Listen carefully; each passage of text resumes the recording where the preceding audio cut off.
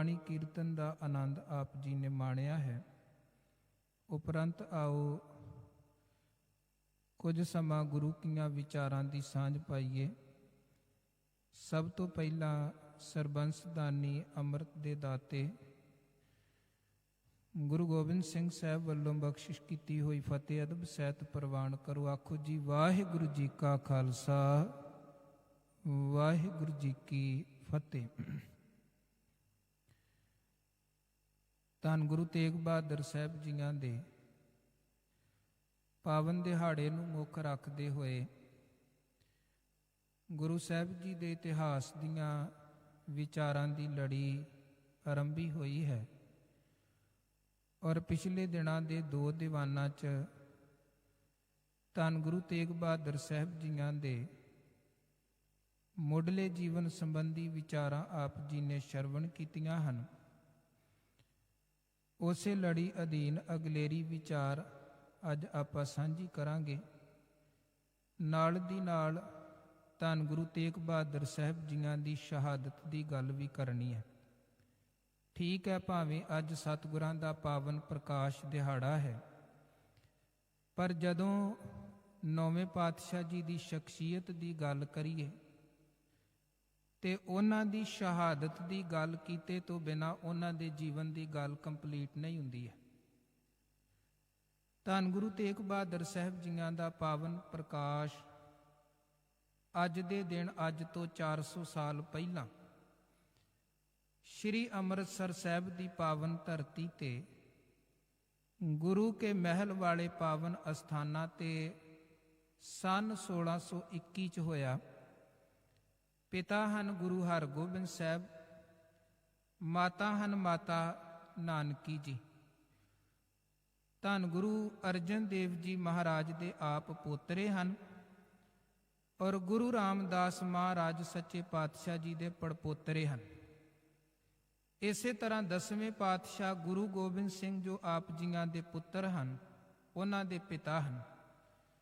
ਜਾਂ ਆਪਾਂ ਇਦਾਂ ਕਹਿ ਲਈਏ ਕਿ ਚੌਥੇ ਪਾਤਸ਼ਾਹ ਤੋਂ ਲੈ ਕੇ ਤੇ 10ਵੇਂ ਪਾਤਸ਼ਾਹ ਤੱਕ 6 ਪਾਤਸ਼ਾਹੀਆਂ ਦੇ ਨਾਲ ਤੇ ਸਿੱਧਾ ਸਿੱਧਾ ਸੰਬੰਧ ਧੰਨ ਗੁਰੂ ਤੇਗ ਬਹਾਦਰ ਸਾਹਿਬ ਜੀਆਂ ਦਾ ਜੁੜਦਾ ਹੀ ਹੈ। ਗੁਰੂ ਅਮਰਦਾਸ ਮਹਾਰਾਜ ਜੀ ਦੇ ਨਾਲ ਵੀ ਸੰਬੰਧ ਜੁੜਦਾ ਹੈ। ਸੋ ਗੁਰੂ ਤੇਗ ਬਹਾਦਰ ਮਹਾਰਾਜ ਬੜੀ ਗੰਭੀਰ ਸ਼ਖਸੀਅਤ ਦੇ ਮਾਲਕ ਹਨ, ਬੜੀ ਉੱਚੀ ਸ਼ਖਸੀਅਤ ਦੇ ਮਾਲਕ ਹਨ, ਭਜਨ ਬੰਦਗੀ ਵਾਲੇ ਹਨ।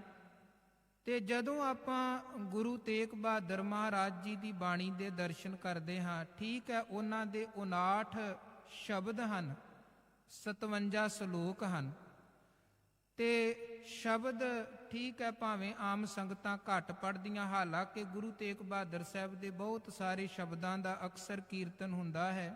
ਸਾਧੂ ਮਨ ਕਾ ਮਾਣ ਤਿਆਗੋ, ਜਾਂ ਫਿਰ ਜੋ ਨਰ ਦੁੱਖ ਮੈਂ ਦੁੱਖ ਨਹੀਂ ਮਾਨੈ, ਜਾਂ ਆਪਾਂ ਮੁੱਖ ਵਾਕ ਰੂਪ ਚ ਮਹਾਰਾਜ ਦੇ ਬਚਨ ਸੁਣਦੇ ਹਾਂ, ਮਨ ਰੇ ਕੌਣ ਕੁਮਤ ਤੈ ਲੀਨੀ, ਮਨ ਕੀ ਮਨ ਹੀ ਮਾਹੇ ਰਹੀ, ਜਾਂ ਫਿਰ ਸਤਿਗੁਰਾਂ ਦੇ ਬਚਨ ਕਾਹੇ ਰੇ ਬਨ ਖੋਜਨ ਜਾਈ।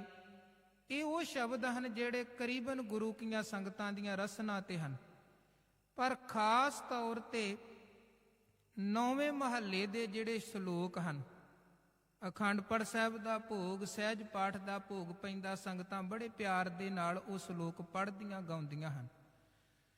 ਤੇ ਕਹਿਣ ਦਾ ਭਾਵ ਕਿ ਸਮੁੱਚੀ ਗੁਰੂ ਤੇਗ ਬਹਾਦਰ ਸਾਹਿਬ ਜੀ ਦੀ ਬਾਣੀ ਦੇ ਵਿੱਚ ਜਿਹੜੀ ਚੀਜ਼ ਤੇ ਬਹੁਤ ਜ਼ਿਆਦਾ ਜ਼ੋਰ ਦਿੱਤਾ ਗਿਆ ਹੈ ਉਹ ਹੈ ਪਰਮਾਤਮਾ ਦੇ ਭਜਨ ਦੀ ਗੱਲ, ਭਗਤੀ ਦੀ ਗੱਲ। ਵਾਰ-ਵਾਰ ਉਹਨਾਂ ਨੇ ਕਿਹਾ, ਕਹੋ ਨਾਨਕ ਹਰਿ ਭਜ ਮਨਾ, ਕਹੋ ਨਾਨਕ ਹਰਿ ਭਜ ਮਨਾ, ਪਰਮਾਤਮਾ ਦਾ ਭਜਨ ਕਰੋ। 2 ਸ਼ਲੋਕ ਆਪਾਂ ਸਤਿਗੁਰਾਂ ਦੇ ਪੜ੍ਹਦੇ ਹਾਂ। ਇੱਕ ਜਗ੍ਹਾ ਮਹਾਰਾਜ ਕਹਿੰਦੇ, ਏਕ ਭਗਤ ਭਗਵਾਨ ਜਿਹ ਪ੍ਰਾਣੀ ਕੈ ਨਾਹੇ ਮਨ। ਉਹਨਾਂ ਨੇ ਸ਼ਲੋਕਾਂ ਰਾਹੀਂ ਸਮਝਾਇਆ, ਭਾਈ ਪਰਮਾਤਮਾ ਦੇ ਭਜਨ ਦੇ ਨਾਲ ਜੁੜੋ, ਇਬਾਦਤ ਬੰਦਗੀ ਦੇ ਨਾਲ ਜੁੜੋ। ਫਿਰ ਅੱਗੇ ਜਾ ਕੇ ਕਹਿਣ ਲੱਗੇ, ਜਿਹੜੇ ਮਨੁੱਖ ਦੇ ਮਨ 'ਚ ਵਾਹਿਗੁਰੂ ਦਾ ਭਜਨ ਨਹੀਂ ਹੈ, ਭਗਤੀ ਨਹੀਂ ਹੈ, ਏਕ ਭਗਤ ਭਗਵਾਨ जेह प्राणी कै नाहे मन, जैसे सूकर सवान नानक मानो ताहे तन। सूकर ਦਾ ਮਤਲਬ ਹੈ ਸੂਰ, ਸਵਾਨ ਦਾ ਮਤਲਬ ਹੈ ਕੁੱਤਾ। ਉਹ ਕਹਿੰਦੇ ਜਿਹੜੇ ਮਨੁੱਖ ਦੇ ਜੀਵਨ 'ਚ ਵਾਹਿਗੁਰੂ ਦੀ ਭਗਤੀ ਨਹੀਂ ਹੈ, ਇਬਾਦਤ ਬੰਦਗੀ ਨਹੀਂ ਹੈ, ਉਹ ਮਨੁੱਖ ਨੂੰ ਸੂਰ ਕੁੱਤੇ ਬਰਾਬਰ ਸਮਝੋ, ਜਿਹੜਾ ਰੱਬ ਦੀ ਬੰਦਗੀ ਤੋਂ ਟੁੱਟਿਆ ਹੈ। ਇਦੋਂ ਬਾਅਦ ਵੇਖੋ ਅਗਲੇ ਸ਼ਲੋਕ ਦੇ ਵਿੱਚ ਇੱਕ ਜਗ੍ਹਾ ਕਿਹਾ ਕਿ ਜਿਹੜੇ ਜੀਵਨ 'ਚ ਭਜਨ ਬੰਦਗੀ ਨਹੀਂ ਹੈ ਉਹ ਪਸ਼ੂ ਬਰਾਬਰ ਹੈ। ਪਰ ਅੱਗੇ ਮਹਾਰਾਜ ਕਹਿੰਦੇ ਕੋਈ ਨਾ ਇਹ ਮਤ ਸਮਝੀ ਕਿ ਜੇ ਮੇਰੀ ਬਿਰਤੀ ਪਸ਼ੂ ਵਾਲੀ ਬਣੀ ਗਈ ਹੈ ਤੇ ਮੇਰੇ ਲਈ ਸਾਰੇ ਦਰਵਾਜ਼ੇ ਬੰਦ ਹੋ ਗਏ। ਨਹੀਂ, ਮਹਾਰਾਜ ਕਹਿੰਦੇ ਅਜੇ ਵੀ ਤੇਰੇ ਲਈ ਆਪਸ਼ਨ ਮੌਜੂਦ ਹਨ। ਜੇ ਤੂੰ ਪਰਤਣਾ ਚਾਹਵੇਂ ਅਜੇ ਵੀ ਪਰਤ ਸਕਦਾ ਹੈ। ਉਹਨਾਂ ਨੇ ਅੱਗੇ ਸਮਝਾਇਆ ਕੀ ਹੋਇਆ ਭਜਨ ਤੋਂ ਟੁੱਟ ਕੇ ਤੇਰੀ ਹਾਲਤ ਕੁੱਤੇ ਵਰਗੀ ਬਣ ਗਈ ਹੈ। ਉਹ ਕਹਿੰਦੇ ਜੇ ਤੂੰ ਕੁੱਤੇ ਦੇ ਕੋਲੋਂ ਵੀ ਸਿੱਖ ਕੇ ਜ਼ਿੰਦਗੀ ਨੂੰ ਸਵਾਰ ਲਵੇਂ ਤੇਰਾ ਜੀਵਨ ਤਾਂ ਵੀ ਸਫਲ ਬਣ ਸਕਦਾ। ਵੇਖੋ ਗੱਲ ਸਿੱਖਣ ਦੀ ਹੁੰਦੀ ਹੈ। ਸਿਆਣੇ ਕਹਿੰਦੇ ਜਿਨ੍ਹਾਂ ਨੇ ਸਿੱਖਣਾ ਹੈ ਉਹ ਮੂਰਖ ਤੋਂ ਵੀ ਸਿੱਖ ਲੈਂਦੇ ਹਨ। ਹੁਣ ਬੰਦਾ ਕਹੇਗਾ ਜੀ ਮੂਰਖ ਤੋਂ ਕਿੱਦਾਂ ਸਿੱਖਿਆ ਜਾ ਸਕਦਾ, ਸਿਆਣੇ ਤੋਂ ਤੇ ਸਿੱਖ ਸਕਦੇ ਹਾਂ। ਤੇ ਉਹ ਕਹਿੰਦੇ ਮੂਰਖ ਤੋਂ ਵੀ ਸਿੱਖਿਆ ਜਾ ਸਕਦਾ। ਮੂਰਖ ਤੋਂ ਆਪਾਂ ਇਹ ਸਿੱਖ ਸਕਦੇ ਹਾਂ ਕਿ ਜਿਹੜੇ ਕੰਮ ਉਹ ਕਰ ਰਿਹਾ ਹੈ ਉਹਦੇ ਕੰਮਾਂ ਕਰਕੇ ਲੋਕ ਉਹਨੂੰ ਮੂਰਖ ਕਹਿੰਦੇ ਹਨ, ਤੇ ਜੇ ਉਹੀ ਕੁਝ ਮੈਂ ਕਰਾਂਗਾ ਤੇ ਲੋਕ ਮੈਨੂੰ ਵੀ ਮੂਰਖ ਕਹਿਣਗੇ। ਜਿੰਨਾ ਸਿੱਖਣਾ ਉਹਨਾਂ ਪਸ਼ੂ ਤੋਂ ਵੀ ਸਿੱਖ ਲੈਣਾ ਹੈ। ਕਿੰਨੀਆਂ ਸਤਿਗੁਰੂ ਸੱਚੇ ਪਾਤਸ਼ਾਹ ਜੀ ਨੇ ਦਰਖਤਾਂ ਦੀਆਂ, ਪੇੜ ਪੌਦਿਆਂ ਦੀਆਂ, ਈਵਨ ਪੱਥਰਾਂ ਤੱਕ ਦੀਆਂ ਉਦਾਹਰਣਾਂ ਦੇ ਕੇ ਸਾਨੂੰ ਸਮਝਾਇਆ ਕਿ ਜੇ ਤੂੰ ਸਿੱਖਣਾ ਚਾਹਵੇਂ ਤੇ ਸਾਰੀ ਦੀ ਸਾਰੀ ਕੁਦਰਤ ਹੀ ਤੇਰੇ ਲਈ ਗਿਆਨ ਦੀ ਕਿਤਾਬ ਹੈ। ਤੂੰ ਕਿਤਿਓਂ ਵੀ ਸਿੱਖ ਕੇ ਜ਼ਿੰਦਗੀ ਸਵਾਰ ਸਕਦਾ ਹੈ। ਤੇ ਜਿਨੇ ਨਹੀਂ ਸਿੱਖਣਾ ਉਹਦੇ ਸਾਹਮਣੇ ਭਾਵੇਂ ਵੱਡੇ ਵੱਡੇ ਵਖਿਆਨ ਕਰਦੇ ਰਹੋ, ਵੱਡੇ ਵੱਡੇ ਉਸਤਾਦ, ਪ੍ਰੋਫੈਸਰ, ਟੀਚਰ ਲਿਆ ਕੇ ਉਹਦੇ ਸਾਹਮਣੇ ਬਿਠਾ ਦੇਵੋ, ਜਿਹਨੇ ਸਿੱਖਣਾ ਹੀ ਨਹੀਂ ਹੈ ਉੱਥੇ ਦਾ ਉੱਥੇ ਹੀ ਰਹਿੰਦਾ ਹੈ। ਖੈਰ ਗੁਰੂ ਤੇਗ ਬਹਾਦਰ ਮਹਾਰਾਜ ਕਹਿੰਦੇ ਠੀਕ ਹੈ ਬੰਦਗੀ ਤੋਂ ਟੁੱਟ ਕੇ ਤੇਰੀ ਹਾਲਤ ਪਸ਼ੂ ਵਾਲੀ ਬਣ ਗਈ, ਪਰ ਅਜੇ ਵੀ ਤੇਰੇ ਲਈ ਮੌਕੇ ਮੌਜੂਦ ਹਨ। ਤੂੰ ਪਸ਼ੂ ਤੋਂ ਵੀ ਸਿੱਖ ਕੇ ਆਪਣੀ ਜ਼ਿੰਦਗੀ ਸਵਾਰ ਸਕਦਾ ਹੈ। ਉਹਨਾਂ ਦਾ ਪਹਿਲਾ ਬਚਨ ਏਕ ਭਗਤ ਭਗਵਾਨ, ਜਿਹ ਪ੍ਰਾਣੀ ਕੈ ਨਾਹੇ ਮਨ, ਜੈਸੇ ਸੂਕਰ ਸਵਾਨ ਨਾਨਕ ਮਾਨੋ ਤਾਹੇ ਤਨ।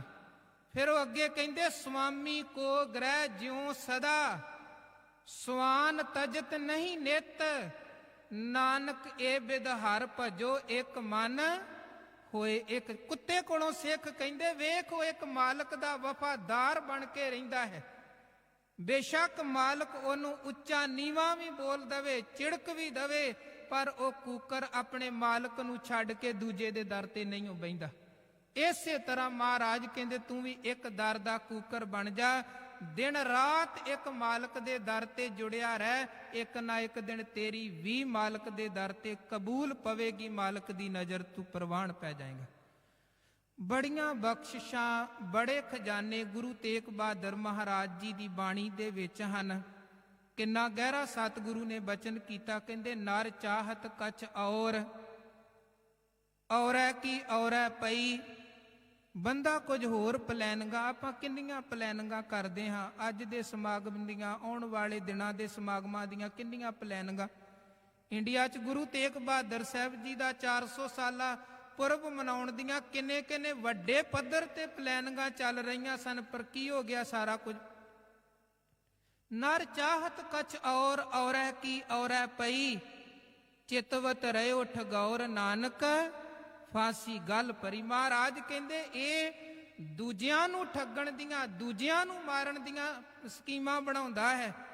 ਇਹਨੂੰ ਆਪ ਪਤਾ ਹੀ ਨਹੀਂ ਲੱਗਦਾ ਹੈ ਕਦੋਂ ਮੇਰੇ ਗਲ ਫਾਹਾ ਆਣ ਪਿਆ ਹੈ। ਸੋ ਗੁਰੂ ਮਹਾਰਾਜ ਜੀ ਨੇ ਸਾਨੂੰ ਸਮਝਾਇਆ ਹੈ ਨੇਕ ਕਰਮੀ ਬਣੋ, ਚੰਗੇ ਕੰਮ ਕਰੋ। ਜ਼ਿੰਦਗੀ ਦਾ ਕੋਈ ਭਰੋਸਾ ਨਹੀਂ ਹੈ। ਇਹ ਜੀਵਨ ਰੇਤ ਦੀ ਕੰਧ ਦੀ ਤਰ੍ਹਾਂ ਹੈ। ਇਹ ਜੀਵਨ ਬੱਦਲਾਂ ਦੀ ਸ਼ਾਨ ਦੀ ਤਰ੍ਹਾਂ ਹੈ। ਇਹ ਜੀਵਨ ਸੁਪਨੇ ਦੀ ਤਰ੍ਹਾਂ ਹੈ। ਹਮ ਆਦਮੀ ਹਾਂ ਇੱਕ ਦਮੀ, ਮੋਹਲਤ ਮੋਹਤ ਨਾ ਜਾਣਾ। ਧੰਨ ਗੁਰੂ ਤੇਗ ਬਹਾਦਰ ਮਹਾਰਾਜ ਜੀ ਦੇ ਜੀਵਨ ਦਾ ਸਫ਼ਰ ਸ੍ਰੀ ਅੰਮ੍ਰਿਤਸਰ ਸਾਹਿਬ ਤੋਂ ਆਰੰਭ ਹੋਇਆ।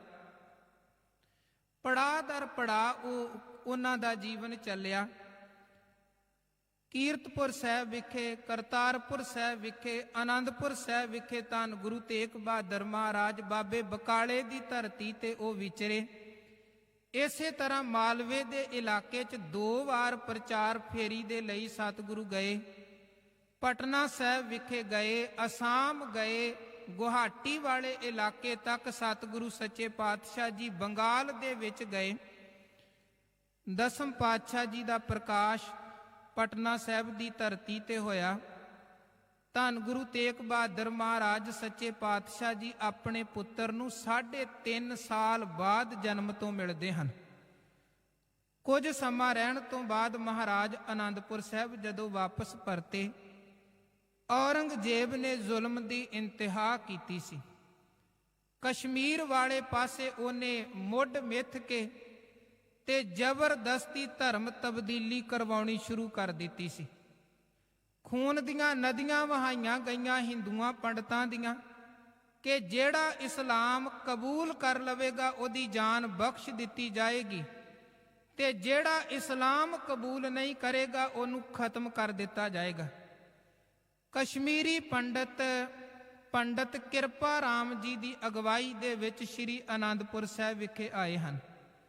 ਇਹ ਪੰਡਤ ਕਿਰਪਾ ਰਾਮ ਉਹ ਪਰਿਵਾਰ ਹੈ ਜਿਨ੍ਹਾਂ ਦਾ ਗੁਰੂ ਨਾਨਕ ਦੇਵ ਮਹਾਰਾਜ ਜੀ ਦੇ ਸਮੇਂ ਤੋਂ ਸਿੱਖੀ ਦੇ ਨਾਲ ਸੰਬੰਧ ਹੈ। ਇਹਨਾਂ ਦਾ ਬਜ਼ੁਰਗ ਪੰਡਤ ਬ੍ਰਹਮਦਾਸ ਗੁਰੂ ਨਾਨਕ ਦੇਵ ਮਹਾਰਾਜ ਨੂੰ ਮਿਲਿਆ ਸੀ। ਉਹ ਬੜਾ ਗਿਆਨ ਦਾ ਹੰਕਾਰੀ ਸੀ ਤੇ ਗੁਰੂ ਨਾਨਕ ਮਹਾਰਾਜ ਨੇ ਉਹਨੂੰ ਸਮਝਾਇਆ ਸੀ, ਨਾਨਕ ਲੇਖੈ ਇੱਕ ਗੱਲ ਹੋਰ ਹਉਮੈ ਚਖਣਾ ਝਾਕ। ਖੈਰ, ਪੰਡਤ ਕਿਰਪਾ ਰਾਮ ਦੀ ਅਗਵਾਈ 'ਚ ਇਹ ਸਤਿਗੁਰਾਂ ਦੇ ਦਰਬਾਰ ਸ੍ਰੀ ਆਨੰਦਪੁਰ ਸਾਹਿਬ ਪਹੁੰਚੇ। ਬੇਨਤੀ ਕੀਤੀ, ਬਾਂਹ ਸਾਡੀ ਪਕੜੀ ਐ, ਸ੍ਰੀ ਹਰਗੋਬਿੰਦ ਕੇ ਚੰਦ, ਧੰਨ ਗੁਰੂ ਤੇਗ ਬਹਾਦਰ ਮਹਾਰਾਜ ਸਾਡੀਆਂ ਜਾਨਾਂ ਨੂੰ ਖਤਰਾ ਹੈ, ਸਾਡੇ ਧਰਮ ਨੂੰ ਖਤਰਾ ਹੈ, ਸਾਡੇ ਪਰਿਵਾਰਾਂ ਨੂੰ ਖਤਰਾ ਹੈ, ਸਾਡੇ ਤਿਲਕ ਤੇ ਜੰਝੂ ਨੂੰ ਖਤਰਾ ਹੈ। ਮਹਾਰਾਜ, ਤੁਹਾਡੇ ਤੋਂ ਬਿਨਾਂ ਸਾਡੀ ਬਾਂਹ ਫੜਨ ਵਾਲਾ ਹੋਰ ਕੋਈ ਨਹੀਂ, ਜੇ ਤੁਹਾਡੇ ਦਰ ਤੇ ਆਏ ਹਾਂ ਸਾਡੀ ਬਾਂਹ ਫੜ ਲਵੋ। ਧੰਨ ਗੁਰੂ ਤੇਗ ਬਹਾਦਰ ਮਹਾਰਾਜ ਜੀ ਨੇ ਧੀਰਜ ਦੇ ਕੇ ਬਿਠਾਇਆ, ਸਾਰਾ ਇਹਨਾਂ ਦਾ ਦੁੱਖ ਸੁਣਿਆ ਤੇ ਮਹਾਰਾਜ ਸੱਚੇ ਪਾਤਸ਼ਾਹ ਨੇ ਇਹਨਾਂ ਦੀ ਬਾਂਹ ਫੜੀ ਹੈ। ਤੇਗ ਬਹਾਦਰ ਬੋਲਿਆ, ਧਰ ਪਈ ਐ ਧਰਮ ਨਾ ਛੋਡੀਐ, ਬਾਂਹ ਜਿਨ੍ਹਾਂ ਦੀ ਪਕੜੀ ਐ ਸਿਰ ਦੀਜੈ, ਬਾਂਹ ਨਾ ਛੋਡੀਐ। ਮਹਾਰਾਜ ਕਹਿਣ ਲੱਗੇ, ਅਸੀਂ ਆਪਣਾ ਆਪ ਕੁਰਬਾਨ ਕਰਕੇ ਤੁਹਾਨੂੰ ਤੇ ਤੁਹਾਡੇ ਧਰਮ ਨੂੰ ਬਚਾਵਾਂਗੇ, ਪਰ ਤੁਹਾਨੂੰ ਵੀ ਭਰੋਸਾ ਕਰਕੇ ਚੱਲਣਾ ਪਏਗਾ। ਇਹ ਨਹੀਂ ਕਿ ਅੱਜ ਇੱਥੇ ਆਏ ਤੇ ਕੱਲ ਨੂੰ ਫੇਰ ਬਦਲ ਜਾਓ।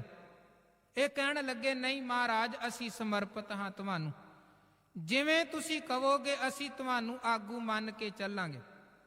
ਫਿਰ ਮਹਾਰਾਜ ਕਹਿਣ ਲੱਗੇ, ਅਗਲੀ ਗੱਲ ਅਸੀਂ ਔਰੰਗਜ਼ੇਬ ਦੇ ਨਾਲ ਆਪੇ ਕਰਾਂਗੇ। ਤੁਸੀਂ ਇਹ ਸੁਨੇਹਾ ਔਰੰਗਜ਼ੇਬ ਤੱਕ ਪਹੁੰਚਾ ਦੇਵੋ ਕਿ ਸਾਡੇ ਆਗੂ ਗੁਰੂ ਤੇਗ ਬਹਾਦਰ ਹਨ ਤੇ ਜਿਹੜਾ ਡਿਸੀਜਨ ਫੈਸਲਾ ਉਹਨਾਂ ਦਾ ਹੋਵੇਗਾ ਸਾਨੂੰ ਸਭ ਨੂੰ ਪ੍ਰਵਾਨ ਹੈ। ਗੱਲਾਂ ਦਿੱਲੀ ਤੱਕ ਔਰੰਗਜ਼ੇਬ ਦੇ ਦਰਬਾਰ ਤੱਕ ਪਹੁੰਚ ਗਈਆਂ। ਧੰਨ ਗੁਰੂ ਤੇਗ ਬਹਾਦਰ ਮਹਾਰਾਜ ਸੱਚੇ ਪਾਤਸ਼ਾਹ ਜੀ ਦੀ ਗ੍ਰਿਫਤਾਰੀ ਦੇ ਵਾਰੰਟ ਜਾਰੀ ਕਰ ਦਿੱਤੇ ਗਏ ਬਾਦਸ਼ਾਹ ਵੱਲੋਂ।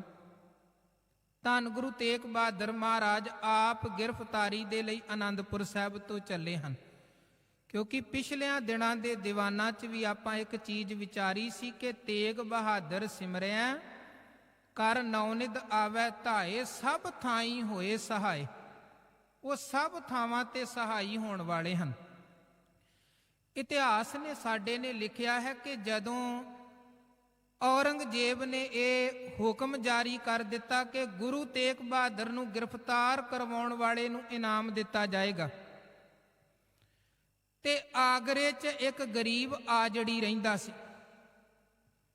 ਉਹਨੂੰ ਜਦੋਂ ਪਤਾ ਲੱਗਿਆ, ਉਹਨੇ ਗੁਰੂ ਤੇਗ ਬਹਾਦਰ ਮਹਾਰਾਜ ਜੀ ਦੇ ਚਰਨਾਂ 'ਚ ਬੇਨਤੀ ਕੀਤੀ, ਮਹਾਰਾਜ ਵੇਖੋ, ਤੁਸੀਂ ਤੇ ਆਪ ਬਾਂਹ ਫੜੀ ਹੈ, ਗ੍ਰਿਫਤਾਰੀ ਤੇ ਤੁਸੀਂ ਦੇਣੀ ਹੈ, ਜੇ ਕਿਧਰੇ ਤੁਹਾਡੀ ਗ੍ਰਿਫਤਾਰੀ ਮੇਰੇ ਰਾਹੀਂ ਹੋਵੇ ਤੇ ਜਿਹੜਾ ਹਕੂਮਤ ਨੇ ਤੁਹਾਡੇ ਸਿਰ ਇਨਾਮ ਰੱਖਿਆ ਹੋਇਆ ਹੈ ਉਹ ਇਨਾਮ ਮੈਨੂੰ ਮਿਲ ਜਾਏਗਾ ਤੇ ਮੇਰੇ ਘਰ ਦੀ ਗਰੀਬੀ ਖਤਮ ਹੋ ਜਾਏਗੀ 4 ਪੈਸੇ ਪ੍ਰਾਪਤ ਕਰਕੇ। ਹੁਣ ਭਾਵਨਾ ਹੈ ਵੇਖੋ ਆਪਣੀ ਆਪਣੀ, ਪਰ ਧੰਨ ਹੈ ਗੁਰੂ ਤੇਗ ਬਹਾਦਰ ਮਹਾਰਾਜ ਪਾਤਸ਼ਾਹ ਜਿਹੜੇ ਉਸ ਆਜੜੀ ਦੀ ਭਾਵਨਾ ਨੂੰ ਪੂਰੀਆਂ ਕਰਨ ਦੇ ਲਈ ਆਗਰੇ ਪਹੁੰਚ ਗਏ ਹਨ। ਆਗਰੇ ਤੋਂ ਗੁਰੂ ਤੇਗ ਬਹਾਦਰ ਮਹਾਰਾਜ ਜੀ ਦੀ ਉਸ ਆਜੜੀ ਦੇ ਰਾਹੀਂ ਗ੍ਰਿਫਤਾਰੀ ਹੋਈ ਹੈ। ਨਾਲ 3 ਸਿੱਖ ਭਾਈ ਸਾਹਿਬ ਮਤੀ ਦਾਸ, ਭਾਈ ਸਤੀ ਦਾਸ ਤੇ ਭਾਈ ਦਿਆਲਾ, ਇਹ 3 ਸਿੱਖ ਨਾਲ ਗ੍ਰਿਫਤਾਰ ਹੋਏ। ਹਾਲਾਂਕਿ 2 ਸਿੱਖ ਹੋਰ ਹਨ, ਭਾਈ ਉਦੈ ਜੀ ਤੇ ਭਾਈ ਜੈਤਾ ਜੀ, ਉਹਨਾਂ ਦੀ ਗ੍ਰਿਫਤਾਰੀ ਨਹੀਂ ਸੀ ਹੋਈ। ਬਾਬੇ ਗੁਰਦਿੱਤੇ ਜੀ ਦਾ ਨਾਮ ਵੀ ਨਾਲ ਆਉਂਦਾ ਹੈ, ਇਹ ਵੀ ਇੱਕ ਸਿੱਖ ਸੀ। ਆਗਰੇ ਤੋਂ ਸਤਿਗੁਰਾਂ ਨੂੰ ਗ੍ਰਿਫਤਾਰ ਕਰਕੇ ਤੇ ਦਿੱਲੀ ਵਿਖੇ ਲਿਆਂਦਾ ਗਿਆ ਤੇ ਦਿੱਲੀ 'ਚ ਇੱਕ ਬੜੀ ਭਿਆਨਕ ਪੁਰਾਣੀ ਡਰਾਉਣੀ ਹਵੇਲੀ ਸੀ, ਜੇਲ੍ਹ ਨੁਮਾ, ਜਿਹਨੂੰ ਹਕੂਮਤ ਨੇ ਜੇਲ੍ਹ ਹੀ ਬਣਾਇਆ ਹੋਇਆ ਸੀ ਤੇ ਲੋਕ ਡਰਦੇ ਉਸ ਪਾਸੇ ਨਹੀਂ ਸੀ ਜਾਂਦੇ। ਕਈ ਤਰ੍ਹਾਂ ਦੀਆਂ ਬਾਤਾਂ ਉਹਦੇ ਬਾਰੇ ਪ੍ਰਚਲਿਤ ਸਨ। ਉੱਥੇ ਮਹਾਰਾਜ ਗੁਰੂ ਤੇਗ ਬਹਾਦਰ ਮਹਾਰਾਜ ਤੇ ਗੁਰੂ ਕਿਆਂ ਸਿੱਖਾਂ ਨੂੰ ਰੱਖਿਆ ਗਿਆ ਤੇ ਸਤਿਗੁਰਾਂ ਦੇ ਪਹਿਰੇ ਦੀ ਜਿਹੜੀ ਨਿਗਰਾਨੀ ਦੀ ਜ਼ਿੰਮੇਵਾਰੀ ਹੈ ਉਹ ਅਬਦੁਲ ਕੁਤਵਾਲ ਅਬਦੁੱਲਾ ਨੂੰ ਦਿੱਤੀ ਗਈ ਹੈ। ਇਹ ਜਿਹੜਾ ਅਬਦੁੱਲਾ ਕੁਤਵਾਲ ਹੈ ਇਹਦੇ ਬਾਰੇ ਇਤਿਹਾਸ ਦੀਆਂ ਕਿਤਾਬਾਂ 'ਚ ਲਿਖਿਆ ਕਿ ਬੜਾ ਰੋਹਬਦਾਰ ਬੰਦਾ ਸੀ ਤੇ ਜਦੋਂ ਇਹ ਆਪਣੇ ਸਾਥੀ ਸਿਪਾਹੀਆਂ ਦੇ ਨਾਲ ਗਲੀਆਂ ਬਾਜ਼ਾਰਾਂ 'ਚੋਂ ਲੰਘਦਾ ਸੀ ਤੇ ਲੋਕ ਇਹਦੇ ਰੋਹਬ ਕਰਕੇ ਡਰ ਜਾਇਆ ਕਰਦੇ ਸਨ। ਇਸ ਰੋਹਬਦਾਰ ਬੰਦੇ ਨੂੰ ਸਤਿਗੁਰਾਂ ਦੀ ਨਿਗਰਾਨੀ ਦੇ ਲਈ ਰੱਖਿਆ ਗਿਆ, ਪਰ ਜਦੋਂ ਇਹਨੇ ਗੁਰੂ ਤੇਗ ਬਹਾਦਰ ਮਹਾਰਾਜ ਜੀ ਦੇ ਦਰਸ਼ਨ ਦੀਦਾਰ ਕੀਤੇ ਤੇ ਗੁਰੂ ਕੇ ਪੈਰਾਂ 'ਚ ਡਿੱਗ ਪਿਆ। ਇੱਥੋਂ ਤੱਕ ਇਤਿਹਾਸ ਕਹਿੰਦਾ ਇਹਨੇ ਕਿਹਾ, ਮਹਾਰਾਜ ਤੁਸੀਂ ਚਲੇ ਜਾਓ, ਮੈਂ ਸਾਰਾ ਦੋਸ਼ ਆਪਣੇ ਸਿਰ ਤੇ ਲੈ ਲਵਾਂਗਾ। ਮਹਾਰਾਜ ਕਹਿਣ ਲੱਗੇ, ਅਬਦੁੱਲਿਆ ਜੇ ਅਸੀਂ ਜਾਣਾ ਹੀ ਹੁੰਦਾ ਤੇ ਅਸੀਂ ਫਿਰ ਬਾਂਹ ਕਿਉਂ ਫੜਦੇ ਕਸ਼ਮੀਰੀ ਪੰਡਤਾਂ ਦੀ? ਸਾਨੂੰ ਕੋਈ ਆਪਣੀ ਜਾਨ ਦੇ ਨਾਲ ਪਿਆਰ ਨਹੀਂ ਹੈ। ਅਸੀਂ ਕਿਸੇ ਦਾ ਧਰਮ ਬਚਾਉਣਾ, ਕਿਸੇ ਦੀ ਜਾਨ ਇਮਾਨ ਬਚਾਉਣੀ ਹੈ। ਇੱਥੋਂ ਤੱਕ ਇਤਿਹਾਸ ਨੇ ਲਿਖਿਆ ਹੈ ਕਿ ਜਦੋਂ ਮਹਾਰਾਜ ਜੀ ਦੀ ਸ਼ਹਾਦਤ ਹੋ ਗਈ ਸੀ, ਉਸ ਸ਼ਹਾਦਤ ਦੇ ਪ੍ਰੋਟੈਸਟ ਵਜੋਂ ਇਹ ਕੁਤਵਾਲ ਅਬਦੁੱਲੇ ਨੇ ਆਪਣਾ ਅਸਤੀਫਾ ਦੇ ਦਿੱਤਾ ਸੀ ਤੇ ਧੰਨ ਗੁਰੂ ਕਲਗੀਧਰ ਮਹਾਰਾਜ ਜੀ ਦੀ ਚਰਨ ਸ਼ਰਨ ਦੇ ਵਿੱਚ ਆਨੰਦਪੁਰ ਸਾਹਿਬ ਆ ਗਿਆ ਸੀ। ਖੈਰ ਉਹ ਦਿਨ ਆਇਆ 11 ਨਵੰਬਰ ਸਨ 1675। ਧੰਨ ਗੁਰੂ ਤੇਗ ਬਹਾਦਰ ਸਾਹਿਬ ਤੇ ਨਾਲ ਗੁਰੂ ਕੇ 3 ਸਿੱਖ, ਸਭ ਤੋਂ ਪਹਿਲਾਂ ਭਾਈ ਮਤੀ ਦਾਸ ਜਿਹੜਾ ਗੁਰੂ ਮਹਾਰਾਜ ਜੀ ਦਾ ਦੀਵਾਨ ਸੀ, ਉਹਨਾਂ ਨੂੰ ਪਿੰਜਰੇ 'ਚੋਂ ਕੱਢਿਆ ਗਿਆ। ਬੜੇ ਤਰ੍ਹਾਂ ਦੇ ਲਾਲਚ ਦਿੱਤੇ ਗਏ, ਧਨ ਦੌਲਤ ਦੇ, ਪਦਾਰਥ ਦੇ, ਜ਼ਿੰਦਗੀ ਦੇ, ਪਰ ਧਨ ਉਹ ਗੁਰੂ ਕਾ ਸਿਦਕਵਾਨ ਸਿੱਖ ਜਿਹੜਾ ਕਹਿਣ ਲੱਗਾ, ਆਰਾ ਪਿਆਰਾ ਲਗਤ ਹੈ ਕਾਰਾ ਕਰੋ ਬਣਾਏ, ਸਿਰ ਜਾਏ ਤਾਂ ਜਾਏ ਮੇਰਾ ਸਿੱਖੀ ਸਿਦਕ ਨਾ ਜਾਏ। ਸਿੱਖ ਦੇ ਸਿਰ ਤੇ ਆਰਾ ਰੱਖਿਆ ਗਿਆ। ਕਿਹਾ ਗਿਆ, ਅਜੇ ਵੀ ਮਤੀ ਦਾਸਾ ਕੋਈ ਇੱਛਾ ਹੈ ਤੇ ਦੱਸ। ਤੇ ਉਹ ਧੰਨ ਗੁਰੂ ਕਾ ਸਿੱਖ ਕਹਿਣ ਲੱਗਾ, ਮੈਂ ਸਾਰੀ ਜ਼ਿੰਦਗੀ ਗੁਰੂ ਦੇ ਦੀਦਾਰ ਕਰਦਿਆਂ ਬਤੀਤ ਕੀਤੇ ਹਨ, ਮੈਂ ਅਖੀਰਲਾ ਸਾਹ ਵੀ ਗੁਰੂ ਤੇਗ ਬਹਾਦਰ ਸਾਹਿਬ ਦੇ ਦਰਸ਼ਨ ਕਰਦਿਆਂ ਲੈਣਾ ਚਾਹੁੰਦਾ ਹਾਂ ਤੇ ਸਤਿਗੁਰਾਂ ਦੇ ਦਰਸ਼ਨ ਕਰਦਿਆਂ ਸੇਵਕ ਕੀ ਓੜਕ ਨਿਭੀ ਪ੍ਰੀਤ। ਗੁਰੂ ਕੇ ਸਿੱਖ ਦੇ ਸਿਰ 'ਚ ਆਰਾ ਚਲਾਇਆ ਗਿਆ, ਗੁਰੂ ਕੇ ਸਿੱਖ ਨੇ ਸ਼ਹਾਦਤ ਦਾ ਜਾਮ ਪੀ ਲਿਆ। ਫਿਰ ਭਾਈ ਦਿਆਲੇ ਦੀ ਵਾਰੀ, ਫਿਰ ਭਾਈ ਸਤੀ ਦਾਸ ਜੀ ਦੀ ਵਾਰੀ ਆਈ। ਵਾਰੀ ਵਾਰੀ ਤਿੰਨਾਂ ਸਿੱਖਾਂ ਨੂੰ ਬੜੇ ਭਿਆਨਕ ਤਸੀਹੇ ਦੇ ਕੇ ਸ਼ਹੀਦ ਕੀਤਾ ਗਿਆ। ਗੁਰੂ ਕਿਆ ਸਿੱਖਾਂ ਨੇ ਕੁਰਬਾਨੀਆਂ ਤੇ ਦੇ ਦਿੱਤੀਆਂ, ਪਰ ਈਮਾਨ ਤੋਂ, ਸਿੱਖੀ ਸਿਦਕ ਤੋਂ ਡੋਲੇ ਨਹੀਂ ਹਨ। ਉਦੋਂ ਬਾਅਦ ਧੰਨ ਗੁਰੂ ਤੇਗ ਬਹਾਦਰ ਮਹਾਰਾਜ ਨੂੰ ਪਿੰਜਰੇ 'ਚੋਂ ਕੱਢਿਆ ਗਿਆ। ਸਤਿਗੁਰਾਂ ਦੇ ਸਿੱਖਾਂ ਨੂੰ ਭਿਆਨਕ ਤਸੀਹੇ ਦੇ ਕੇ ਸ਼ਹੀਦ ਕਰਨ ਪਿੱਛੇ ਰੀਜ਼ਨ ਇਹ ਸੀ ਕਿ ਸਿੱਖਾਂ ਦੀਆਂ ਦਰਦਨਾਕ ਸ਼ਹਾਦਤਾਂ ਨੂੰ ਵੇਖ ਗੁਰੂ ਤੇਗ ਬਹਾਦਰ ਡਰ ਜਾਣਗੇ, ਪਰ ਉਹਨਾਂ ਨੂੰ ਇਹ ਨਹੀਂ ਸੀ ਪਤਾ ਕਿ ਜਿਹੜੇ ਗੁਰੂ ਦੇ ਸਿੱਖ ਇੰਨੇ ਬਹਾਦਰ ਤੇ ਸਿਦਕਵਾਨ ਹੋ ਸਕਦੇ ਨੇ, ਉਹ ਗੁਰੂ ਆਪ ਕਿੰਨਾ ਬਹਾਦਰ ਤੇ ਦਲੇਰ ਹੋਏਗਾ। ਧੰਨ ਗੁਰੂ ਤੇਗ ਬਹਾਦਰ ਮਹਾਰਾਜ ਨੂੰ ਪਿੰਜਰੇ 'ਚੋਂ ਕੱਢਿਆ ਗਿਆ। ਕਈ ਤਰ੍ਹਾਂ ਦੇ ਸਵਾਲ ਜਵਾਬ ਸਤਿਗੁਰਾਂ ਦੇ ਨਾਲ ਉੱਥੇ ਹੋਏ। ਇਤਿਹਾਸ ਇਹ ਵੀ ਕਹਿੰਦਾ ਹੈ ਕਿ ਉਸ ਵਕਤ ਔਰੰਗਜ਼ੇਬ ਉੱਥੇ ਦਿੱਲੀ ਵਿਖੇ ਨਹੀਂ ਸੀ ਜਦੋਂ ਸ਼ਹਾਦਤਾਂ ਹੋਈਆਂ ਹਨ। ਉਹ ਹਸਨ ਅਬਦਾਲ ਵਿਖੇ ਸੀ। ਸਾਰੇ ਦੇ ਸਾਰੇ ਉਸ ਸਾਕੇ ਦਾ ਜਿਹੜਾ ਜ਼ਿੰਮੇਵਾਰੀ ਸੀ ਉਹ ਕਾਜੀ ਅਬਦੁਲ ਵਾਹਬ ਵੋਰਾ ਦੇ ਹੱਥ ਸੀ। ਉਹ ਸਾਰੀ ਕਮਾਂਡ ਸੰਭਾਲਦਾ ਪਿਆ ਸੀ। ਔਰੰਗਜ਼ੇਬ ਹੁਕਮ ਭੇਜਦਾ ਸੀ, ਉਹਨਾਂ ਹੁਕਮਾਂ ਮੁਤਾਬਕ ਅੱਗੇ ਕਾਰਵਾਈ ਹੁੰਦੀ ਸੀ। ਉਹ ਕਾਜੀ ਅਬਦੁਲ ਵਾਹਬ ਵੋਰਾ ਨੇ ਬੜੇ ਸਵਾਲ ਗੁਰੂ ਤੇਗ ਬਹਾਦਰ ਸਾਹਿਬ ਨੂੰ ਕੀਤੇ। ਇੱਥੋਂ ਤੱਕ ਕਿਹਾ ਜੀ ਤੁਹਾਡੀ ਜਾਨ ਬਖਸ਼ ਦੇਵਾਂਗੇ, ਤੁਸੀਂ ਇਸਲਾਮ ਕਬੂਲ ਕਰ ਲਵੋ, ਨਹੀਂ ਤੇ ਔਰੰਗਜ਼ੇਬ ਦਾ ਕਹਿਣਾ ਤੁਸੀਂ ਕਰਾਮਾਤ ਹੀ ਕੋਈ ਵਿਖਾ ਦੇਵੋ ਤਾਂ ਵੀ ਤੁਹਾਡੀ ਜਾਨ ਬਖਸ਼ ਦੇਵਾਂਗੇ। ਮਹਾਰਾਜ ਕਹਿਣ ਲੱਗੇ ਨਾ ਕਰਾਮਾਤ ਵਿਖਾਉਣੀ ਗੁਰੂ ਨਾਨਕ ਦੇ ਘਰ ਦਾ ਸਿਧਾਂਤ, ਨਾ ਧਰਮ ਨੂੰ ਛੱਡਣਾ ਗੁਰੂ ਨਾਨਕ ਦੇ ਘਰ ਦਾ ਸਿਧਾਂਤ। ਹਾਂ, ਮੌਤ ਸਾਨੂੰ ਪ੍ਰਵਾਨ ਹੈ ਕਿਉਂਕਿ ਗੁਰੂ ਨਾਨਕ ਦੇ ਘਰ ਦੀ ਵਿਚਾਰ ਹੀ ਮੌਤ ਤੋਂ ਆਰੰਭ ਹੁੰਦੀ ਹੈ। ਪਹਿਲਾ ਮਰਨ ਕਬੂਲ, ਜੀਵਨ ਕੀ ਛੱਡ ਆਸ। ਜਦੋਂ ਨਾ ਕੋਈ ਗੱਲਬਾਤ ਸਿਰੇ ਲੱਗੀ, ਕਾਜੀ ਨੇ ਫਤਵਾ ਜਾਰੀ ਕਰ ਦਿੱਤਾ ਕਿ ਸਿਰ ਧੜ ਤੋਂ ਵੱਖ ਕਰ ਦਿੱਤਾ ਜਾਏ। ਜਲਾਦ ਜਲਾਲੋਦੀਨ ਨੂੰ ਹੁਕਮ ਹੋਇਆ ਕਿ ਤੂੰ ਗੁਰੂ ਤੇਗ ਬਹਾਦਰ ਸਾਹਿਬ ਦਾ ਸਿਰ ਧੜ ਤੋਂ ਵੱਖ ਕਰ। ਤੇ ਸਤਿਗੁਰੂ ਕਹਿਣ ਲੱਗੇ ਅਸੀਂ ਜਪਜੀ ਸਾਹਿਬ ਦਾ ਪਾਠ ਕਰਾਂਗੇ। ਜਪਜੀ ਸਾਹਿਬ ਦਾ ਪਾਠ ਕਰਕੇ ਅਕਾਲ ਪੁਰਖ ਵਾਹਿਗੁਰੂ ਦੇ ਸ਼ੁਕਰਾਨੇ 'ਚ ਅਸੀਂ ਆਪਣਾ ਸੀਸ ਨਿਵਾਉਣਾ ਹੈ। ਤੇ ਜਦੋਂ ਸਾਡਾ ਸੀਸ ਅਕਾਲ ਪੁਰਖ ਦੇ ਸ਼ੁਕਰਾਨੇ 'ਚ ਝੁਕੇਗਾ ਤੇ ਫਿਰ ਜਿਹੜਾ ਭਾਣਾ ਤੁਸੀਂ ਵਰਤਾਉਣਾ ਹੈ ਤੁਸੀਂ ਵਰਤਾ ਲਿਓ। ਦਿੱਲੀ ਦੇ ਸੀਸ ਗੰਜ ਵਾਲੇ ਅਸਥਾਨ ਵਿਖੇ ਉਹ ਬੋੜ ਦਾ ਦਰਖਤ ਸੀ, ਉਹਦੇ ਦੁਆਲੇ ਇੱਕ ਥੜਾ ਬਣਿਆ ਹੋਇਆ ਸੀ। ਉਸ ਥੜੇ ਤੇ ਧੰਨ ਗੁਰੂ ਤੇਗ ਬਹਾਦਰ ਮਹਾਰਾਜ ਨੇ ਚੌਂਕੜਾ ਮਾਰਿਆ ਹੈ। ਜਪਜੀ ਸਾਹਿਬ ਦਾ ਪਾਠ ਇੱਕ ਮਨ ਇੱਕ ਚਿੱਤ ਹੋ ਉਹਨਾਂ ਨੇ ਕਰਨਾ ਸ਼ੁਰੂ ਕਰ ਦਿੱਤਾ। ਦਿੱਲੀ ਦੇ ਹਜ਼ਾਰਾਂ ਲੋਕ ਉੱਥੇ ਇਕੱਠੇ ਸਨ। ਧੰਨ ਗੁਰੂ ਤੇਗ ਬਹਾਦਰ ਮਹਾਰਾਜ ਸਹਿਜੇ ਸਹਿਜੇ ਜਪਜੀ ਸਾਹਿਬ ਦਾ ਪਾਠ ਕਰਦੇ ਹਨ। ਕਰਦਿਆਂ ਕਰਦਿਆਂ ਗੱਲ ਅਖੀਰਲੀਆਂ ਪੌੜੀਆਂ ਤੇ ਪਹੁੰਚ ਗਈ। ਜਤ ਪਹਾਰਾ ਧੀਰਜ ਸਨਿਆਰ, ਅਰਣ ਮਤ ਵੇਦ ਹਥਿਆਰ, ਭਉ ਖੱਲਾ ਅਗਨ ਤਪ ਤਾਉ, ਭਾਂਡਾ ਭਾਉ ਅੰਮ੍ਰਿਤ ਢਾਲ, ਘੜੀਆ ਸ਼ਬਦ ਸੱਚੀ ਟਕਸਾਲ, ਜਿਨ ਕੋ ਨਦਰ ਕਰਮ ਤਿਨਕਾਰ, ਨਾਨਕ ਨਦਰੀ ਨਦਰ ਨਿਹਾਲ। ਫਿਰ ਸਤਿਗੁਰਾਂ ਨੇ ਸ਼ਲੋਕ ਪੜਿਆ। ਪਵਨ ਗੁਰੂ ਪਾਣੀ ਪਿਤਾ, ਮਾਤਾ ਤਰਤ ਮਹੱਤ, ਦਿਵਸ ਰਾਤ ਦੋਇ ਦਾਈ ਦਾਇਆ, ਖੇਲੈ ਸਗਲ ਜਗਤ, ਚੰਗਿਆਈਆਂ ਬੁਰਿਆਈਆਂ, ਵਾਚੈ ਧਰਮ ਹਦੂਰ, ਕਰਮੀ ਆਪੋ ਆਪਣੀ, ਕੇ ਨੇੜੇ ਕੇ ਦੂਰ, ਜਿਨੀ ਨਾਮ ਧਿਆਇਆ, ਗਏ ਮਸਕਤ ਘਾਲ, ਨਾਨਕ ਤੇ ਮੁਖ ਉਜਲੇ, ਕੀਤੀ ਛੁੱਟੀ ਨਾਲ। ਇਹ ਪੰਕਤੀਆਂ ਮਹਾਰਾਜ ਨੇ 2 ਵਾਰ ਪੜ੍ਹ ਕੇ ਸਮਾਪਤੀ ਕੀਤੀ। ਜਿਨੀ ਨਾਮ ਧਿਆਇਆ, ਗਏ ਮਸਕਤ ਘਾਲ, ਨਾਨਕ ਤੇ ਮੁਖ ਉਜਲੇ, ਕੀਤੀ ਛੁੱਟੀ ਨਾਲ। ਇਹਨਾਂ ਕਿਹਾ ਸਤਿਗੁਰਾਂ ਨੇ ਸੀਸ ਝੁਕਾਇਆ। ਕੋਲ ਖਲੋਤੇ ਜਲਾਦ ਜਲਾਲੋਦੀਨ ਜਿਹਦੇ ਹੱਥ 'ਚ ਤੇਜ ਧਾਰ ਸ਼ਮਸ਼ੀਰ ਹੈ, ਕੜਾ ਕਰਦਾ ਵਾਰ ਸਤਿਗੁਰਾਂ ਦੀ ਗਰਦਨ ਤੇ ਕਰਦਾ ਹੈ। ਸਿਰ ਧੜ ਤੋਂ ਅਲੱਗ ਹੋ ਗਿਆ।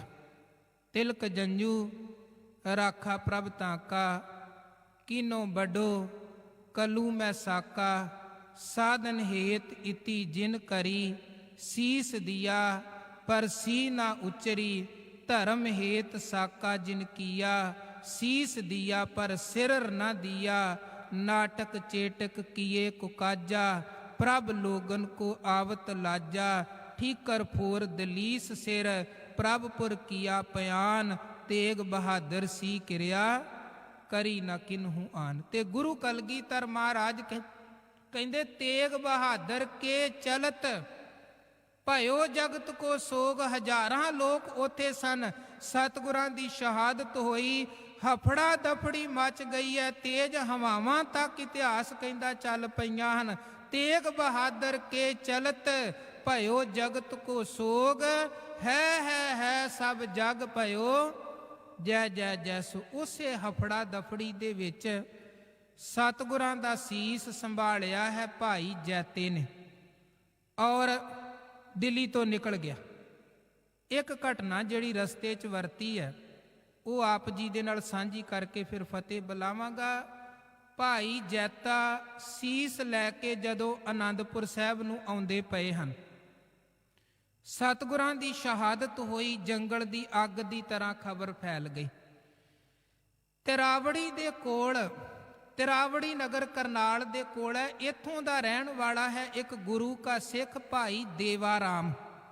ਇਹ ਧੋਬੀ ਆ, ਕੱਪੜੇ ਧੋਣ ਦੀ ਕਿਰਤ ਕਰਦਾ ਹੈ।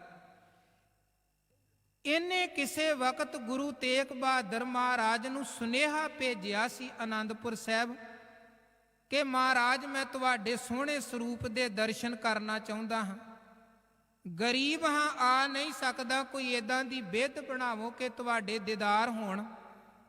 ਤੇ ਗੁਰੂ ਤੇਗ ਬਹਾਦਰ ਮਹਾਰਾਜ ਨੇ ਸੁਨੇਹਾ ਭੇਜਿਆ ਸੀ, ਸਿੱਖਾ ਤੂੰ ਭਰੋਸਾ ਰੱਖੀ, ਇੱਕ ਦਿਨ ਸਾਡੇ ਚਿਹਰੇ ਦੇ ਦਰਸ਼ਨ ਜ਼ਰੂਰ ਤੈਨੂੰ ਹੋਣਗੇ। ਇਸ ਗੁਰੂ ਕੇ ਭਰੋਸੇ ਰਿਹਾ। ਅੱਜ ਦਿੱਲੀ ਭਾਣਾ ਵਰਤ ਗਿਆ, ਸਤਿਗੁਰਾਂ ਦੀ ਸ਼ਹਾਦਤ ਹੋ ਗਈ। ਖਬਰ ਫੈਲੀ ਭਾਈ ਦੇਵਾ ਰਾਮ ਦੇ ਕੰਨਾਂ 'ਚ, ਇਹਦੇ ਪੈਰਾਂ ਥੱਲਿਓ ਜ਼ਮੀਨ ਖਿਸਕ ਗਈ ਕਿ ਇਹ ਕੀ ਭਾਣਾ ਵਰਤ ਗਿਆ। ਫਿਰ ਮਨ 'ਚ ਆਇਆ ਕਿ ਗੁਰੂ ਨੇ ਤੇ ਬਚਨ ਕੀਤਾ ਹੈ ਕਿ ਤੈਨੂੰ ਦਰਸ਼ਨ ਜ਼ਰੂਰ ਹੋਣਗੇ। ਮੈਂ ਤੇ ਅਜੇ ਤੱਕ ਸਤਿਗੁਰਾਂ ਦੇ ਦਰਸ਼ਨ ਕੀਤੇ ਹੀ ਨਹੀਂ ਹਨ। ਇਹ ਕਿੱਦਾਂ ਹੋ ਸਕਦਾ ਹੈ ਕਿ ਗੁਰੂ ਨੇ ਬਚਨ ਕੀਤੇ ਹੋਣ ਤੇ ਬਚਨ ਪੂਰੇ ਨਾ ਹੋਣ। ਇਹਨੇ ਸੋਚਿਆ ਗੱਲ ਝੂਠੀ ਨਾ ਹੋਵੇ।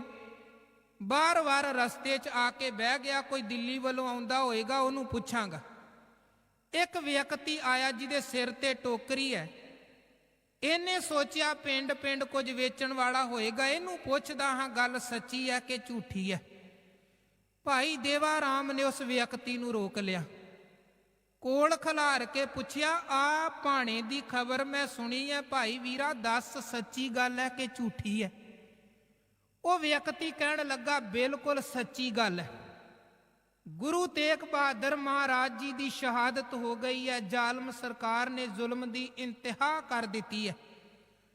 ਤੇ ਦੂਜੀ ਗੱਲ ਉਹਨੇ ਕਹੀ ਕਿ ਝੂਠ ਨਹੀਂ ਹੋ, ਕਿਉਂਕਿ ਇਹ ਸਾਕਾ ਮੇਰੀਆਂ ਅੱਖਾਂ ਦੇ ਸਾਹਮਣੇ ਵਰਤਿਆ ਹੈ, ਇਸ ਕਰਕੇ ਗੱਲ ਬਿਲਕੁਲ ਸੱਚੀ ਹੈ। ਤੇ ਜਦੋਂ ਭਾਈ ਦੇਵਾ ਰਾਮ ਨੇ ਸੁਣਿਆ, ਭੁੱਬਾਂ ਨਿਕਲ ਆਈਆਂ, ਇਹ ਕੀ ਹੋ ਗਿਆ, ਇਹ ਕੀ ਹੋ ਗਿਆ। ਮੇਰੇ ਨਾਲ ਤੇ ਗੁਰੂ ਨੇ ਵਾਅਦਾ ਕੀਤਾ ਸੀ ਤੈਨੂੰ ਦਰਸ਼ਨ ਬਖਸ਼ਾਂਗਾ, ਮੈਂ ਤੇ ਦਰਸ਼ਨ ਹੀ ਕੋਈ ਨਹੀਂ ਕੀਤੇ ਹਨ। ਉਹ ਟੋਕਰੀ ਵਾਲਾ ਕਹਿਣ ਲੱਗਾ, ਤੂੰ ਹੌਸਲਾ ਨਾ ਹਾਰ, ਗੁਰੂ ਦੀ ਕੁਰਬਾਨੀ ਬੜੀ ਵੱਡੀ ਹੈ, ਇਸ ਕੁਰਬਾਨੀ ਤੇ ਰੋਣਾ ਨਹੀਂ ਚਾਹੀਦਾ ਹੈ। ਰਹੀ ਗੱਲ ਗੁਰੂ ਦੇ ਤੇਰੇ ਨਾਲ ਕੀਤੇ ਹੋਏ ਬਚਨਾਂ ਦੀ, ਤੇ ਗੁਰੂ ਬਚਨ ਕਰਨ ਤੇ ਸੱਚੇ ਨਾ ਹੋਣ, ਕਦੇ ਹੋ ਨਹੀਂ ਸਕਦਾ। ਤੂੰ ਆਪਣੇ ਘਰ ਲੈ ਕੇ ਜਾ, ਫਿਰ ਮੈਂ ਅਗਲੀ ਗੱਲ ਤੇਰੇ ਨਾਲ ਕਰਾਂਗਾ। ਉਹ ਭਾਈ ਦੇਵਾ ਰਾਮ ਉਸ ਟੋਕਰੀ ਵਾਲੇ ਨੂੰ ਆਪਣੇ ਘਰ ਲੈ ਕੇ ਗਿਆ, ਤਰਾਵੜੀ ਵਿਖੇ। ਘਰ ਇੱਕ ਜਗ੍ਹਾ ਤੇ, ਸਾਫ਼ ਸੋਹਣੀ ਜਗ੍ਹਾ ਤੇ ਉਹ ਟੋਕਰੀ ਰੱਖੀ ਗਈ। ਉਸ ਟੋਕਰੀ 'ਚ ਜੋ ਕੱਪੜੇ 'ਚ ਲਪੇਟਿਆ ਸੀ ਕੁਝ ਹੋਰ ਨਹੀਂ ਸੀ, ਭਾਈ ਜੈਤਾ ਧੰਨ ਗੁਰੂ ਤੇਗ ਬਹਾਦਰ ਮਹਾਰਾਜ ਜੀ ਦਾ ਸੀਸ ਲੈ ਕੇ ਜਾਂਦੇ ਪਏ ਸਨ ਆਨੰਦਪੁਰ ਸਾਹਿਬ। ਉਹ ਕੱਪੜਾ ਚੁੱਕਿਆ, ਖੂਨ ਦੇ ਨਾਲ ਲੱਥ-ਪੱਥ, ਨੌਵੇਂ ਪਾਤਸ਼ਾਹ ਧੰਨ ਗੁਰੂ ਤੇਗ ਬਹਾਦਰ ਮਹਾਰਾਜ ਜੀ ਦਾ ਕੇਵਲ ਸੀਸ ਹੈ। ਭਾਈ ਦੇਵਾ ਰਾਮ ਨੂੰ ਭਾਈ ਜੈਤੇ ਨੇ ਦਰਸ਼ਨ ਕਰਾਏ ਤੇ ਗੁਰੂ ਕਾ ਸਿੱਖ ਦਰਸ਼ਨ ਵੀ ਕਰ ਰਿਹਾ ਹੈ ਤੇ ਰੋਂਦਾ ਵੀ ਪਿਆ ਹੈ, ਮਹਾਰਾਜ ਦਰਸ਼ਨ ਵੀ ਬਖਸ਼ ਦਿੱਤੇ ਜੇ, ਪਰ ਕਿਹੜੇ ਰੂਪ ਦੇ ਵਿੱਚ ਆਏ ਜੇ, ਨਾ ਤੁਹਾਡੀ ਸੇਵਾ ਕਰ ਸਕਦਾ, ਨਾ ਤੁਹਾਡੇ ਚਰਨਾਂ 'ਚ ਸਿਜਦਾ ਕਰ ਸਕਦਾ। ਇਹ ਹੈ ਤੇਗ ਬਹਾਦਰ ਸਿਮਰਿਆ ਕਰ ਨੌਨਿਦ ਆਵੈ ਧਾਏ, ਸਭ ਥਾਈ ਹੋਏ ਸਹਾਏ। ਗੁਰੂ ਕਿਸੇ ਨਾਲ ਬਚਨ ਕਰਨ ਤੇ ਪੂਰਾ ਨਾ ਹੋਵੇ, ਕਦੇ ਹੋ ਨਹੀਂ ਸਕਦਾ। 5 ਜਗ੍ਹਾ ਤੇ ਭਾਈ ਜੈਤਾ ਜੀ ਨੇ ਪੜਾ ਕੀਤਾ ਸੀ, ਬਾਗਪਤ, ਦੂਜੇ ਨੰਬਰ ਤੇ ਇੱਥੇ ਤਰਾਵੜੀ ਵਿਖੇ, ਤੀਜੇ ਨੰਬਰ ਤੇ ਅੰਬਾਲੇ ਵਿਖੇ ਸਤਿਗੁਰੂ ਸੱਚੇ ਪਾਤਸ਼ਾਹ ਜੀ ਦਾ ਸੀਸ ਲੈ ਕੇ ਰੁਕੇ ਸਨ। ਚੌਥੇ ਨੰਬਰ ਤੇ ਨਾਭਾ ਸਾਹਿਬ ਦਾ ਅਸਥਾਨ ਹੈ ਚੰਡੀਗੜ੍ਹ ਦੇ ਕੋਲ, ਉੱਥੇ। 5ਵੇਂ ਨੰਬਰ ਤੇ ਕੀਰਤਪੁਰ ਸਾਹਿਬ, ਉੱਥੇ ਫਿਰ ਗੁਰੂ ਦਸਮ ਪਾਤਸ਼ਾਹ ਆਏ, ਪਿਤਾ ਦਾ ਸੀਸ ਲੈ ਕੇ ਤੇ ਆਨੰਦਪੁਰ ਸਾਹਿਬ ਪਹੁੰਚੇ। ਤੇ ਕੁਝ ਇਤਿਹਾਸਕਾਰ ਇਹ ਵੀ ਕਹਿੰਦੇ ਹਨ ਕਿ ਭਾਈ ਜੈਤੇ ਨੇ, ਕਿਉਂਕਿ ਗੁਰੂ ਤੇਗ ਬਹਾਦਰ ਸਾਹਿਬ ਦਾ ਸੀਸ ਚੁੱਕਣਾ ਸੀ ਕੋਈ ਸੌਖੀ ਗੱਲ ਥੋੜਾ ਸੀ, ਕੋਈ ਇਤਿਹਾਸਕਾਰ ਤਵਾ ਰੀਖੇ ਪੰਜਾਬ ਤੇ ਹੋਰ ਇਤਿਹਾਸਕਾਰਾਂ ਨੇ ਲਿਖਿਆ ਹੈ ਕਿ ਭਾਈ ਦੇਵਾ ਰਾਮ ਨੇ ਆਪਣੇ ਪਿਤਾ ਭਾਈ ਆਗਿਆ ਰਾਮ ਦਾ ਸਿਰ ਕੱਟ ਕੇ ਉਸ ਜਗ੍ਹਾ ਤੇ ਸੁੱਟਿਆ ਸੀ ਕਿ ਹਕੂਮਤ ਨੂੰ ਕੁਝ ਸਮੇਂ ਦੇ ਲਈ ਭੁਲੇਖਾ ਪਵੇ ਤੇ ਮੈਂ ਗੁਰੂ ਦਾ ਸੀਸ ਇੱਥੇ ਰੁਲਣ ਕੋਈ ਨਹੀਂ ਦੇਣਾ, ਉਹਨੂੰ ਲੈ ਕੇ ਆਨੰਦਪੁਰ ਸਾਹਿਬ ਜਾਵਾਂ। ਤੇ ਜਦੋਂ ਭਾਈ ਜੈਤੇ ਦੀ ਇਸ ਕੁਰਬਾਨੀ ਦਾ ਪਤਾ ਦਸਮ ਪਾਤਸ਼ਾਹ ਜੀ ਨੂੰ ਲੱਗਿਆ ਕਿ ਸਾਡੇ ਪਿਓ ਦਾ ਸਿਰ ਨਾ ਰੁਲੇ, ਇਹਦੇ ਲਈ ਭਾਈ ਜੈਤੇ ਨੇ ਆਪਣੇ ਪਿਤਾ ਦਾ ਸਿਰ ਉੱਥੇ ਰੱਖਿਆ ਹੈ। ਤੇ ਸਤਿਗੁਰਾਂ ਨੇ ਕਿਹਾ ਸੀ, ਜੈਤਿਆ ਮਤ ਸਮਝੀ ਕਿ ਮੇਰਾ ਪਿਤਾ ਚਲਿਆ ਗਿਆ, ਮੈਂ ਅਨਾਥ ਹੋ ਗਿਆ। ਰੰਗਰੇਟਾ ਗੁਰੂ ਕਾ ਬੇਟਾ, ਤੂੰ ਗੁਰੂ ਦਾ ਪੁੱਤਰ ਹੈ। ਧੰਨ ਗੁਰੂ ਤੇਗ ਬਹਾਦਰ ਮਹਾਰਾਜ ਜਿਨ੍ਹਾਂ ਦੇ ਸੀਸ ਦਾ ਸੰਸਕਾਰ ਆਨੰਦਪੁਰ ਸਾਹਿਬ ਹੋਇਆ ਹੈ, ਧੜ ਦਾ ਸੰਸਕਾਰ ਦਿੱਲੀ ਵਿਖੇ ਰਕਾਬਗੰਜ ਹੈ, ਉੱਥੇ ਹੋਇਆ ਸੀ। ਤੇ ਸੀਸ ਜਿਸ ਜਗ੍ਹਾ ਤੇ ਸਤਿਗੁਰਾਂ ਦਾ ਕੁਰਬਾਨ ਹੋਇਆ ਉਹ ਚਾਂਦਨੀ ਚੌਂਕ ਗੁਰਦੁਆਰਾ ਸੀਸਗੰਜ ਸਾਹਿਬ। ਬੜੀਆਂ ਸਤਿਗੁਰੂ ਸੱਚੇ ਪਾਤਸ਼ਾਹ ਜੀ ਦੇ ਜੀਵਨ ਦੀਆਂ ਬਾਤਾਂ ਨੇ। ਸ਼ਹਾਦਤ ਲਾ ਮਿਸਾਲ, ਜੀਵਨ ਲਾ ਮਿਸਾਲ ਹੈ। ਜਿੰਨੀਆਂ ਵਡਿਆਈਆਂ ਕਰੀਏ ਥੋੜੀਆਂ ਹੈ। ਪ੍ਰਗਟ ਭਇਓ ਗੁਰੂ ਤੇਗ ਬਹਾਦਰ, ਸਗਲ ਸ੍ਰਿਸ਼ਟ ਪੈ ਢਾਪੀ ਚਾਦਰ। ਸਤਿਗੁਰਾਂ ਨੇ ਬਾਣੀ ਰੂਪ ਦੇ ਵਿੱਚ ਸਾਨੂੰ ਖਜ਼ਾਨਾ ਬਖਸ਼ਿਆ। ਸਾਡਾ ਫਰਜ਼ ਇਹ ਬਣਦਾ ਉਹਨਾਂ ਦੇ ਜੀਵਨ ਤੋਂ ਸੇਧ ਲਈਏ, ਸ਼ਹਾਦਤ ਤੋਂ ਸੇਧ ਲਈਏ, ਧਰਮ ਦੇ ਸਿੱਖੀ ਸਿਦਕ ਦੇ ਪੱਕੇ ਬਣੀਏ, ਗੁਰਬਾਣੀ ਨੂੰ ਜੀਵਨ ਦਾ ਆਧਾਰ ਬਣਾ ਕੇ ਸਤਿਗੁਰਾਂ ਦੀਆਂ ਖੁਸ਼ੀਆਂ ਲਈਏ। ਇੰਨੀਆਂ ਬੇਨਤੀਆਂ ਪ੍ਰਵਾਨ ਕਰਨੀਆਂ। ਸਤਿਗੁਰਾਂ ਦੇ ਪਾਵਨ ਦਿਹਾੜੇ ਦੀਆਂ ਆਪ ਸਭ ਨੂੰ ਮੁਬਾਰਕਾਂ। ਵਿਚਾਰਾਂ ਕਰਦਿਆਂ ਹੋਈਆਂ ਬੇਅੰਤ ਭੁੱਲਾਂ ਗਲਤੀਆਂ ਅਣਜਾਣ ਦਾ ਸਾਰਾ ਸਮਝਦਿਆਂ ਨਾ ਚਿਤਾਰਨੀਆਂ। ਗੱਜ ਵੱਜ ਕੇ ਫਤਿਹ